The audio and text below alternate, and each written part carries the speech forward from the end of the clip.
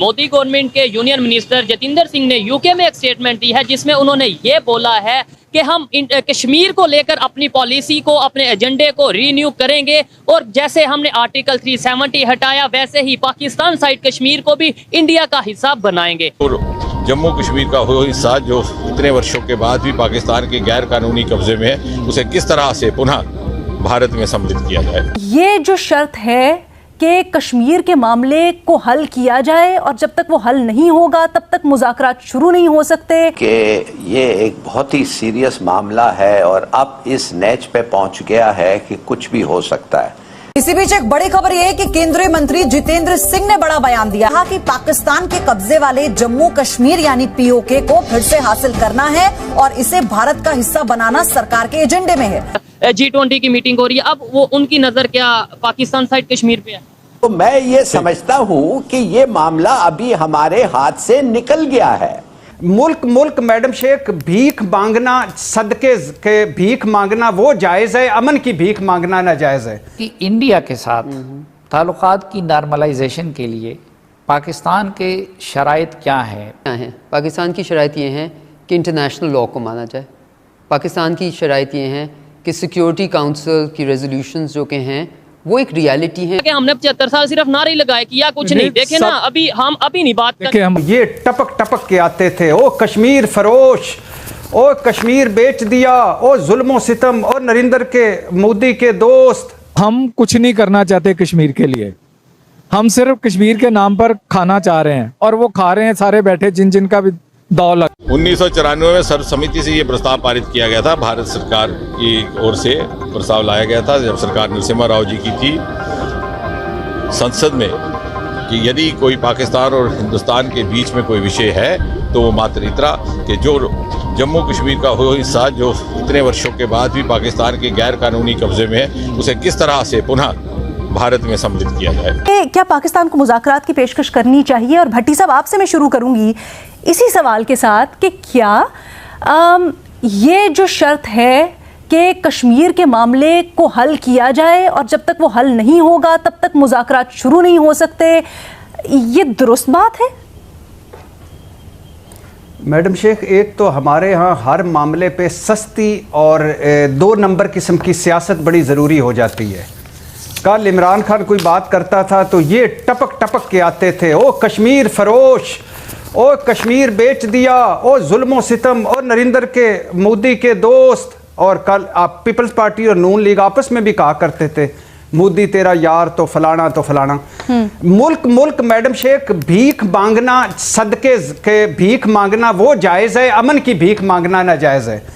फवाद चौधरी साहब और वज़ीर आज़म साहब और सारे हमारे साहिबान से अर्ज़ है कि 5वीं बड़ी मईशत बन चुका है भारत, कभी इस तरफ भी तवज्जो दें। 91-92 में वो आखिरी बार IMF के पास गया था और 166 अरबपति हैं वहाँ सिर्फ डॉलरों में। अब मेरे 2-3 सवाल हैं इन सारों से। क्यों खेलोगे? पाकिस्तान कहता है भारत ने बड़ी गुंडागर्दी कर दी। अरे कर दी है गुंडागर्दी यार, अब तुम बताओ तुम क्या करोगे? तुमने इतने साल गुंडागर्दी करी, हमने कुछ बोला क्या है? अब हमारी बैटिंग आई है तुम बुरा मान रहे हो यार, ऐसा मत करो। देखो पाकिस्तान ने ट्रेड के साथ पॉलिटिक्स मिक्स कर दी। 370-35 से हटा, आपने बोला ट्रेड बंद करो भारत के साथ। ट्रेड बंद करो तो क्रिकेट भी बंद करो, है जी, सब बंद करो ना। फिर मतलब आपने बोला ट्रेड बंद करो, आपने बोला बातचीत बंद करो, तो भारत ने बोला ठीक है। आप देखिए, ट्रेड आपने बंद कर दी, व्यापार आपने बंद कर दिया, ठीक है। भारत ने बोला कोई बात नहीं, आपकी मर्जी है। आपने बोला हम बातचीत नहीं करेंगे भारत के साथ, भारत ने बोला ठीक है कोई बात नहीं, आपकी मर्जी है। और सोटियां पढ़ते ना स्कूल में फट वो पढ़ रही हैं पाकिस्तान को। कश्मीर बनेगा पाकिस्तान, कश्मीरियों से नाता क्या, ला इलाहा इल्लल्लाह। नाक से लकीरें खिंचवा रहा है मोदी, नाक से लकीरें, ठीक है। जो करना है कर लो, अब यही होगा। भारत अपना पूरा पैसे की ताकत, अपनी डिप्लोमेटिक ताकत, अपना जितना भी रसूख है दुनिया में, जितना भी इन्फ्लुएंस है, सब कुछ इस्तेमाल करेगा पाकिस्तान को घेरने के लिए। क्योंकि यही काम आपने करा था ना हमारे पंजाब में, हजारों लोग मरवाए थे। यही काम करा था आपने कश्मीर में। जिहादी हैं आपके मस्जिदों के आके लोग पैसा डालते थे डब्बों में, वो वीडियोस हमने भी देखे हैं आपके बड़े बड़े लीडरों के। जो स्पीचेस आती थी कि कश्मीर में ये हो रहा है, जिहाद हो रहा है, ये हो रहा है। देखिए सर, आपने कर लिया जिहाद, अब आपकी बैटिंग खत्म हो गई, ये हमारी बैटिंग है। हमने कुछ नहीं करना, हमने पेट पे लात मारना है। हमने कोई अटैक नहीं करवाने, जो आप लोग कहते हैं टीटीपी से अटैक करवा दिया, फलाने से अटैक, हमें कोई जरूरत नहीं है। टीटीपी वैसे जानवर है, वो TTP, with due respect and due apologies to animals, TTP वाले जानवर है, जानवरों के साथ हम हाथ मिलाएंगे? अनपढ़ नहीं, that is not our standard. Pakistan की मईशत की रीढ़ की हड्डी तोड़ेगा भारत जब पूरे पाकिस्तान की मईशत व्हीलचेयर में बैठ जाएगी, और जिस दिन आप रहम की भीख मांगेंगे उस दिन भारत आपको रहम नहीं देगा। आप जहां जाओगे आपको डॉक्टर जयशंकर और नरेंद्र मोदी जी खड़े मिलेंगे, क्योंकि आप लोगों ने बहुत ज्यादतियां कर ली, बहुत जुल्म कर लिया आप लोगों ने, बहुत ज्यादा, और इतना कॉन्फिडेंस कि हम ये कर देंगे, हम ये कर देंगे, वो कर देंगे। अभी रुको, अभी इंडस वाटर पे भी बात होनी है। मोदी बैठा है दिल्ली में, तुम्हारी चूड़ियां कसेगा ना बेटा, धीरे धीरे धीरे, तब चीखें निकलेंगी पाकिस्तान के अंदर। टाइम थोड़ा है, सिर्फ 2-3 सवाल। क्या आपके इस बेकार और नाकारा किस्म और खामोश इस्तेजाज जो है, इससे मकबूजा वादी की जिंदगी में कोई फर्क पड़ा है या पड़ेगा? नंबर 1। नंबर 2, क्या आप मकबूजा कश्मीर को बजोरे बाजू जब ताकत के जरिए हासिल कर पाएंगे, या वो आज़ाद कश्मीर को ताकत के जरिए इस्तेमाल वो ले सकते हैं? अच्छा, क्या इस भीख ज़दा, खैरात ज़दा, सदका ज़दा मईशत और इस सियासी अदम इस्तेकाम ज़दा मुल्क में, माहौल में, और इस माहौल में भारत को आप मजबूर कर सकते हैं कि आपकी कोई बात माने? और यार, आपकी हैसियत क्या है, औकात क्या है? आप अपने मुंह के साइज से बड़ी बड़ी बातें करते हो यार। ठीक है, हमें कहां पहुंचा दिया है आप लोगों ने, हम भिखारी हो गए हैं पूरी दुनिया में।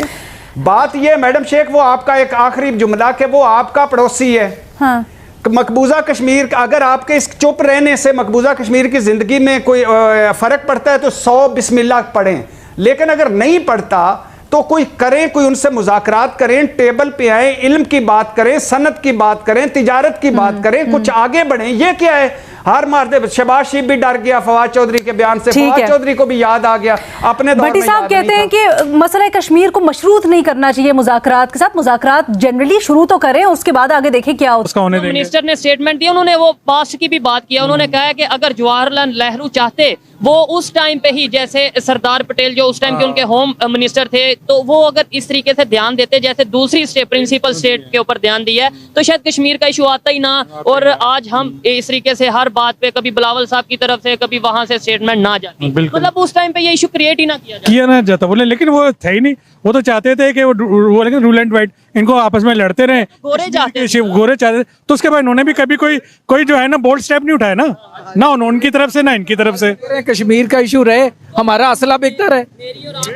ओ भाईजान, हमारे जो मिनिस्टर, नहीं, आपने असला खरीदने का फैसला करना या मैंने करना है?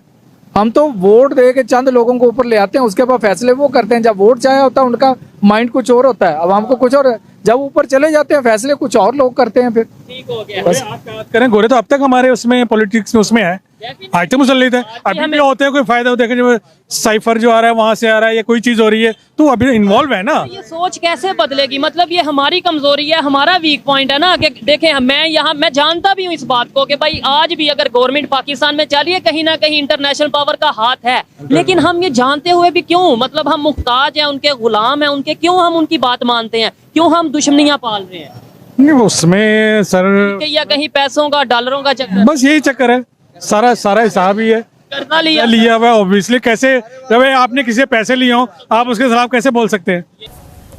मैं एग्री करती हूँ साफी साहब से और भट्टी साहब से। जो शहबाज शरीफ साहब का इंटरव्यू था कल, उसमें उन्होंने एक बहुत मुख्तलिफ पोजीशन ली। उन्होंने कहा कि 3 इश्यूज हैं, आए बैठ के रिजॉल्व करते हैं, एक टेबल पे बैठे हैं। उसमें उन्होंने कश्मीर की बात की, उसमें उन्होंने कश्मीर की टेरिटोरियल सॉवरेंटी की बात की, और उन्होंने माइनॉरिटीज के हकूक की बात की। और उन्होंने कहा कि आप साथ बैठे, इनको रिजॉल्व किए बगैर पीस मुमकिन नहीं, तो आए बैठते हैं, इन्हें रिजॉल्व करते हैं। लेकिन जो रद्द अमल इस पे आया वो इतना हॉकिश था, इतना खौफनाक था कि आपने जो वजाहत की बात की वो कुछ देर बाद उन्हें देनी पड़ी उनके ऑफिस को। तो मेरा ख्याल है इवेंचुअली अलीना, हमें जो हम बात कर रहे थे, हमने पाकिस्तान को री इमेजिन करना है, कुछ चीजें मुख्तलिफ करनी है। उसमें हमारा एक इन्फ्लेटेड रोल फौज का, जो हमारी भारत के साथ ये इश्यूज जो बद से बदतर हो रहे हैं, वो हम अफोर्ड नहीं कर सकते। और दूसरा, तिजारत हमारी इतने डीप रूटेड इश्यूज हैं कि अब हम अफोर्ड ही नहीं कर सकते। अच्छा, मुल्क के अंदर से तो बात कर रहे हैं, लेकिन भारत से भी कुछ इस तरह की आवाजें उठी जिसमें एक नेगेटिव इम्पैक्ट था, इसको वेलकम नहीं किया गया ये जो बयान था, तो उसकी वजह से भी मेरा ख्याल है तासुर ज्यादा तकवीयत इसको मिली कि जी क्यों उन्होंने इस तरह की बात की, कश्मीर से मुतल्लिक एक वाज़ेह स्टांस लेना चाहिए था, और फिर वजाहत आई। मज़हर अब्बास साहब, क्या इसको एक पोजीशन ऑफ वीकनेस की तरह देखना चाहिए अगर हम कश्मीर का मामला मुज़ाकरात से नथी नहीं करते तो? देखिए, पहले तो हमें ये तय करना होगा कि हम क्या चाहते हैं, और हम अनफॉर्चुनेटली ये तय नहीं कर पाए इतने सालों में कि हम क्या चाहते हैं भारत से।